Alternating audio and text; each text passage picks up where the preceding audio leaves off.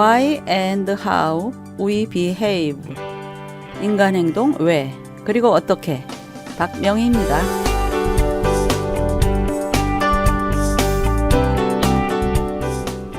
전번 시간에는 달콤함, 그 치명적 위안이란 제목으로 재현 씨의 경우를 보며 현대인들에게 있는 중독 현상에 대해 알아보았는데요.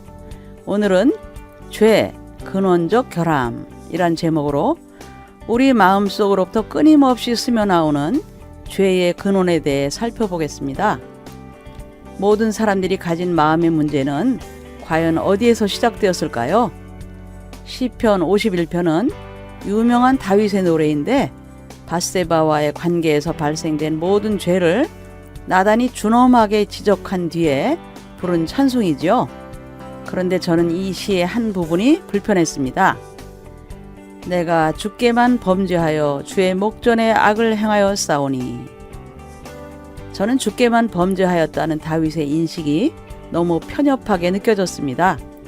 밧세바에게 한 음행과 우리아에게 한 살인, 그리고 이를 은폐하기 위해 요압에게 내린 부당한 거짓 지시, 이 모든 것에 대해서 눈을 감고 있는 것으로 보였기 때문입니다.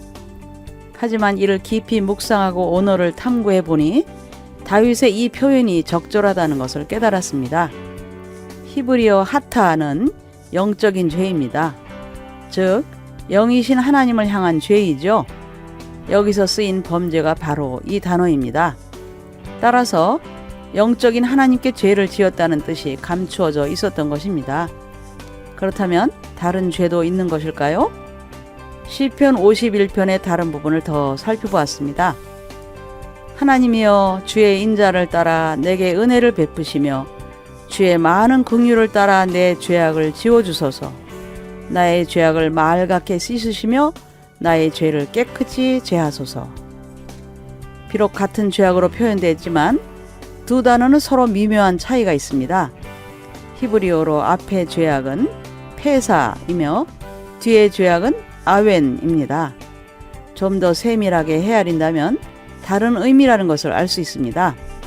페사는 죄의 결과로서 행동으로 드러나는 것을 말하는데 다윗의 경우에는 간음, 살인, 거짓 증언 등 눈으로 보이는 행위였죠. 이에 비해서 아웬은 죄의 동기에 해당하는 것으로서 마음에 숨겨져 있어서 잘 보이지 않는 것을 말합니다. 다윗의 경우에는 앞에 행위를 시작하기 전에 품은 마음의 상태일 것입니다. 그렇다면 아웬과 페사, 이 둘 중에 어느 것이 먼저 시작되었겠습니까? 바로 아웬, 내적인 죄이죠. 우리는 마음에 품은 그것을 바깥으로 쏟아내기 때문입니다. 비록 바깥으로 쏟아내지 않은 것이 있다고 하더라도 마음에 품고 있다면 이미 아웬의 죄를 짓고 있는 것이죠. 주님께서도 말씀하셨습니다. 입으로 나오는 그것이 사람을 더럽게 하는 것이다 라고요. 마음에 품은 악이 밖으로 나와서 구체적으로 실현되는 것이죠. 조금 어려운 이야기를 나누겠습니다. 여러분은 자신이 어떤 존재라고 생각하십니까? 물론 죄인이죠. 그런데 앞의 말씀에는 그 죄인이라는 것이 세 가지 층으로 있다는 것을 보여주십니다. 이는 우리 인간이 세 가지 층으로 구성되어 있음을 알려주시는 것이죠. 즉, 몸, 마음, 그리고 영입니다. 우리는 드러난 것만 따라가기 쉽습니다. 하지만 더 근원적인 것은 보이지 않는 곳에 있습니다. 앞의 말씀은 몸으로 드러난 죄과이고 마음에 감추어진 죄악, 그리고 영에 새겨진 죄를 지적하고 드러내는 것이죠. 저는 이 세 단어를 섬세하게 구분해서 써야 한다고 생각합니다. 가장 근원적인 죄는 우리가 잘 알고 있듯이 영에 새겨진 죄입니다. 창세기 3장은 아담과 하와가 선악을 알게 하는 나무의 실과를 먹은 장면을 말씀하고 있죠. 그 유명한 원죄입니다. 원죄는 하나님과 같이 되고자 한 인간의 욕심 때문에 벌어졌죠. 뱀의 유혹처럼 인간은 하나님만이 하실 수 있는 일, 선악을 구분하게 되었습니다. 하지만 이것은 자신의 소견에 오른 대로 행하는 시대를 만들어 버렸습니다. 이런 사람의 영에는 하나님께서 함께 하실 수 없었습니다. 그래서 하나님의 영은 인간에게서 떠납니다.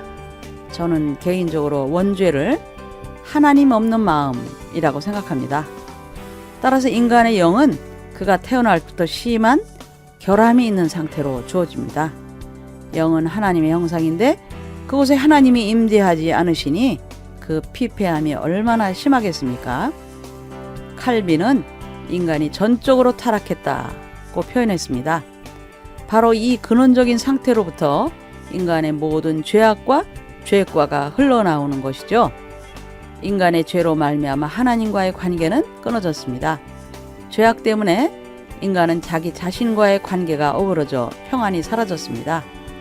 인간은 죄과 때문에 타인과의 관계도 뭉그러져 불화하게 되었습니다. 나와 하나님, 나와 나, 그리고 나와 이웃의 관계가 모두 어그러져 버린 것입니다. 이것이 죄죠.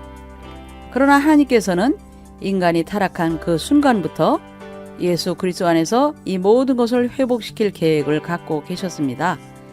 이에 대한 것은 앞으로 더 세밀히 다루겠습니다. 예수 그리스도는 우리의 영과 혼 그리고 몸을 온전히 회복시킵니다. 따라서 사도 바울이 하고 있는 다음의 간절한 부탁은 우리에게도 뜻하는 바가 많습니다. 평강의 하나님이 친히 너희를 온전히 거룩하게 하시고 또 너희의 온 영과 혼과 몸이 우리 주 예수 그리스도께서 강림하실 때 흠없게 보존되기를 원하노라. 영과 혼과 몸이 회복되어야 한다는 말씀이죠. 이것이 성화의 길입니다. 평강이 임하는 자리입니다. 하나님이 뜻하시고 원하시는 일이죠. 제가 하고 있는 소집단 상담 12걸음 프로그램은 이를 위한 과정입니다. 하나님이여 내 속에 정한 마음을 창조하시고 내 안에 정직한 영을 새롭게 하소서. 다윗의 간절한 기도는 이를 담고 있습니다. 앞에서 재현 씨의 이야기를 들었었죠. 재현 씨는 12걸음에 참여하면서 많은 변화를 경험했다고 했습니다. 그 중에 하나는 꽉 찬 느낌이 드는 것입니다. 그 이전에는 무언가 허전하고 텅 빈 느낌이 있었다고 했습니다. 재현 씨는 자신이 항암 주사를 맞을 때의 경험을 들려주었습니다. 처음에는 팔에 정맥 주사로 놓았답니다. 약이 퍼질 때면 몸 안이 얼어붙는 것 같은 서늘함이 뼛속까지 저리게 만들었습니다. 한 번, 두 번, 세 번 항암 주사를 맞을 때마다 병실 창문을 뛰어내리고 싶은 충동을 느꼈답니다. 주사의 횟수가 늘어나자 몸이 주사를 거부합니다. 정맥이 피부 깊숙한 곳으로 숨어버려 팔에 주사를 놓지 못하게 되었죠. 결국 목 뒤 대정맥을 찾아 약을 투여했습니다. 이렇게 12번의 치료를 받았죠. 재현 씨의 고백으로는 죽었다 살아나는 경험이라고 했습니다. 자신의 힘으로는 참을 수 없는 일이었다고 합니다. 그때 주님께서 한마디 말씀을 자신에게 던지셨답니다. 나에게 순종하라. 이 말씀을 붙들고 찬양을 부르며 인내를 배웠다고 했습니다. 재현 씨는 남편과 함께 교회를 열심히 섬겼습니다. 교회에서 굉장히 중요한 위치에 있었죠. 전에도 말씀드렸지만 재현 씨의 인격은 자기애적인 성향이 있었죠. 교회의 주목을 받았지만 교구를 담당하는 목사님을 무척 곤란하게 만드는 일이 잦았습니다. 사실 암 판정을 받은 날도 남편을 통해서 교구 담당 목사님을 당혹스럽게 했었답니다. 그렇게 남들은 알아차릴 수 없는 은밀한 쾌감을 갖고서 병원에 결과를 보러 갔답니다. 병원에 가는 동안 이거 안 좋은데? 하는 직감이 들었습니다.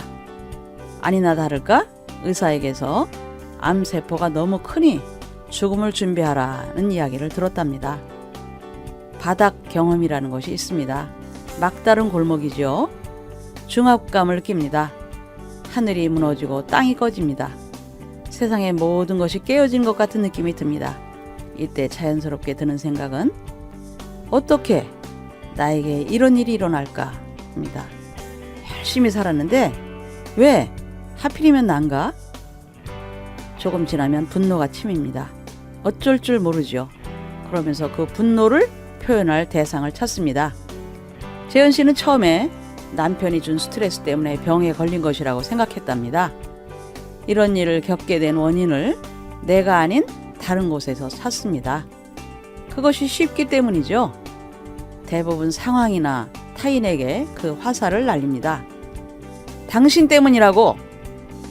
조금 은밀하게 숨겨 있기는 합니다만 하나님께 그 원인을 돌리는 사람도 있습니다. 그가 나를 죽이시리니 내가 희망이 없노라 는 욥의 탄식처럼 말이죠. 하지만 정직하게 들여다봅시다. 그 밑바닥에 걸어 들어간 것은 누구입니까? 막다른 골목 벽을 들이박은 자동차의 운전대는 누가 잡고 있었단 말입니까? 바로 나입니다. 이를 인정해야 합니다. 나는 내 삶의 주도권을 놓친 적이 없습니다. 그것을 놓는다는 것은 죽을 것처럼 두려운 일이죠. 내 삶의 중요한 결정들은 누가 내립니까? 나 외에 다른 누가 있겠습니까? 무력감이 엄습합니다. 모든 세포와 조직이 풀려버리는 나른함이 몰려옵니다. 그렇습니다. 결국 나 때문이죠. 그렇다면 내 삶을 무너뜨린 다음의 목록들은 과연 어디에 있었을까요? 여러분도 한번 찾아보세요. 완벽주의, 죄책감, 물질주의, 수치심, 낮은 자존감, 인정의 욕망, 과도한 염려, 지나친 돌봄, 불안, 우울, 편집성, 분열성, 충동성 등등. 이와 같은 것들이 내 안에 있지는 않았나요? 내 속에 거하는 또 다른 내가 나를 이렇게 몰고 온 것입니다. 하나님을 떠난 영은 피폐해졌고 영혼은 제멋대로 폭주합니다. 결국 육은 그 도끼로 인해 무너집니다. 그때 우리는 길게 탄식하며 말하지 않을 수 없었습니다. 어쩔 수 없다고 말이죠. 그러나 역설적으로 바로 그 순간이 변화를 향해 갈망하는 순간이 됩니다. 그것이 무능의 힘입니다. 무능의 힘. 다음 시간에 계속 살펴보죠. 여러분, 다음 시간까지 안녕히 계세요.